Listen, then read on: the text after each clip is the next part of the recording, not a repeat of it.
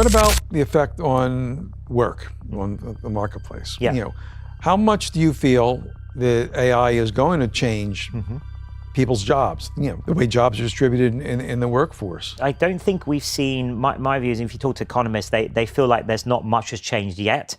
People are finding these tools useful, certainly in certain domains like things like AlphaFold. Many scientists are using it to accelerate their work. So it seems to be additive at the moment. We'll see what happens over the next 5-10 years. I think there's going to be a lot of change with the jobs world. But I think as in the past, what generally tends to happen is new jobs are created that are actually better, that utilize these tools or new technologies. What happened with the internet, what happened with mobile. We'll see if it's different this time. Obviously, everyone always thinks this new one will be different, and maybe it will be. But I think for the next few years, it's most likely to be, we'll have these incredible tools that supercharge our productivity, make us, really useful for creative tools and actually almost make us a little bit superhuman in some ways in what we're able to produce individually. So I think there's going to be a kind of golden era of the next period of what we're able to do. Well, if AGI can do everything humans can do, then it would seem that they could do the new jobs too. That's the next question about like what AGI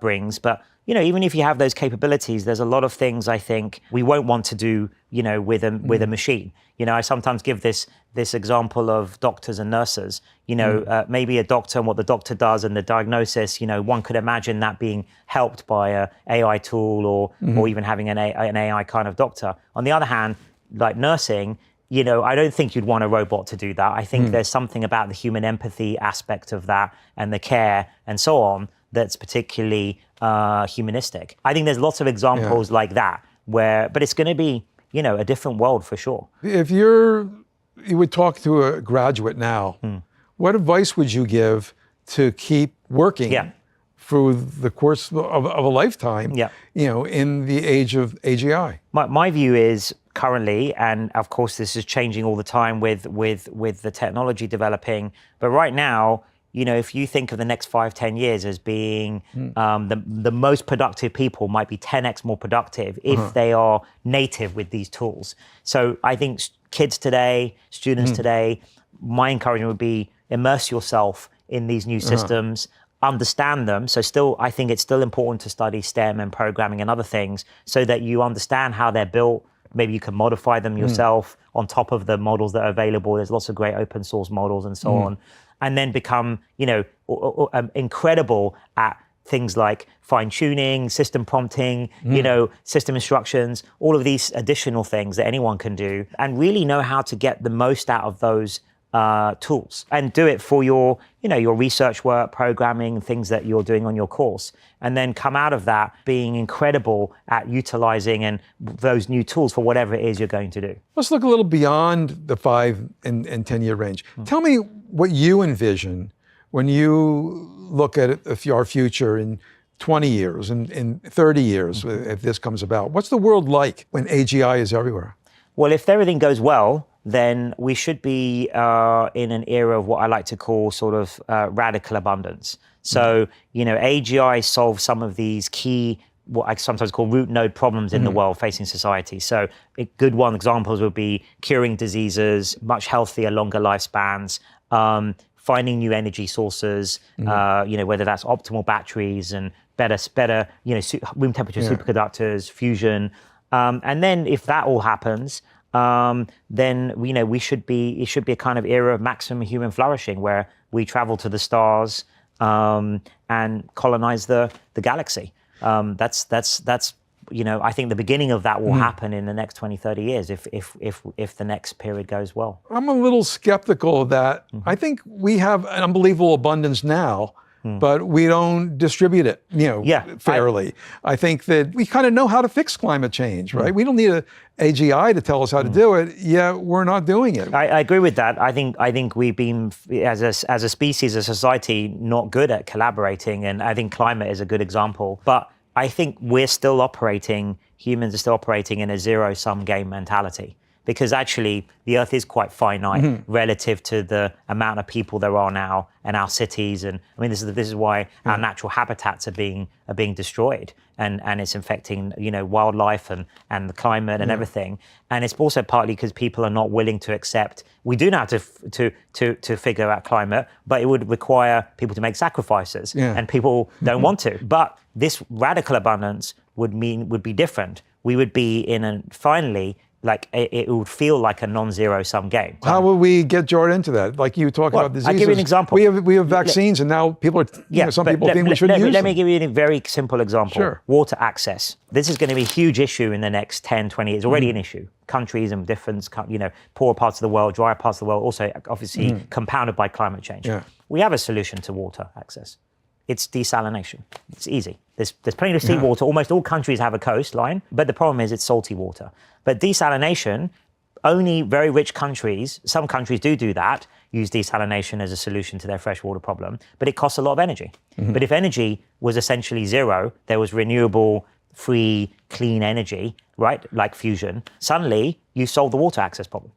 Water is, who controls a river or what you do with that it becomes, you know, much less important than it is today. I think things like water access, you know, if you roll forward 20 years and there isn't a solution like that, could lead to all sorts of conflicts, probably. That's the way it's trending, especially if you include further climate change. And there's many, many examples like that. You could create rocket fuel easily because you just separate that from seawater, hydrogen and oxygen. It's just energy, again. So you feel that these problems get solved by AGI, by AI, then our outlook will change, and we will be That's what I hope. Avaricious. Yes, that's what I hope, but that's still a secondary part. So the AGI will give us the radical abundance capability, technically, like the water access. Yeah. I then hope, and this is where I think we need some great philosophers or social scientists to be involved, that should hopefully shift our mindset as a society to non-zero sum. You know, there's still the issue of do you divide even the radical abundance fairly, right? Of course, that's what should happen. But I think there's much more likely, once people start feeling and understanding that there is this almost limitless supply of raw materials and energy and things like that. Do you think that, you know, driving this innovation by profit-making companies is the right way to go? We're most likely to reach that optimistic high point through that? I think it's the current, you know, capitalism or, you know, is the current or the Western sort of democratic kind of, you know, systems have so far been proven to be sort of the best drivers of progress. So I think that's true. My view is that once you get to that sort of stage of radical abundance and post-AGI, I think economics starts changing, even the notion of value and money. And so again, I think we need, I'm not sure why economists are not working harder on this, if maybe they don't believe it's that close, right? But if they really did, that like the AGI scientists do, then I think there's a lot of new economic theory that's required. You know, one final thing, I actually agree with you that this is so significant and it's going to have a huge impact. But when I write about it, I always get a lot of response from people who are really angry already about artificial intelligence and what's happening. Have you tasted that? Have you gotten that pushback and anger by a lot of people? It's almost like the Industrial Revolution, people. Yeah. I mean, I think that anytime there's, I haven't personally seen a lot of that, but obviously I've you know, read and heard a lot about it, and it's very understandable. That's happened many times, as you say, Industrial Revolution, when there's big change, a big revolution, and I think this will be at least as big as the Industrial Revolution, probably a lot bigger. That's surprising. There's unknowns, it's scary, things will change. But on the other hand, when I talk to people about the passion of why I'm building AI, which is to advance science and medicine and understanding of the world around us, and then I explain to people, you know, and I've demonstrated, it's not just talk. Here's AlphaFold, you know, Nobel Prize winning breakthrough, can help with medicine and drug discovery. Obviously, we're doing this with isomorphic now to extend it into drug discovery, and we can cure diseases, terrible diseases that might be afflicting your family. Suddenly people are like, well, that's, of course we need that. It would be immoral not to have that if that's within our grasp.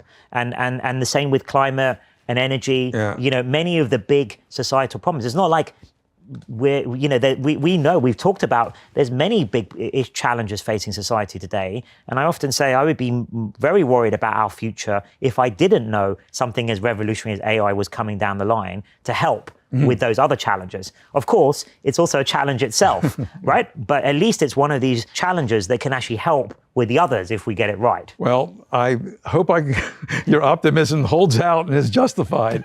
Thank you so much. I'll do my best. Thank you.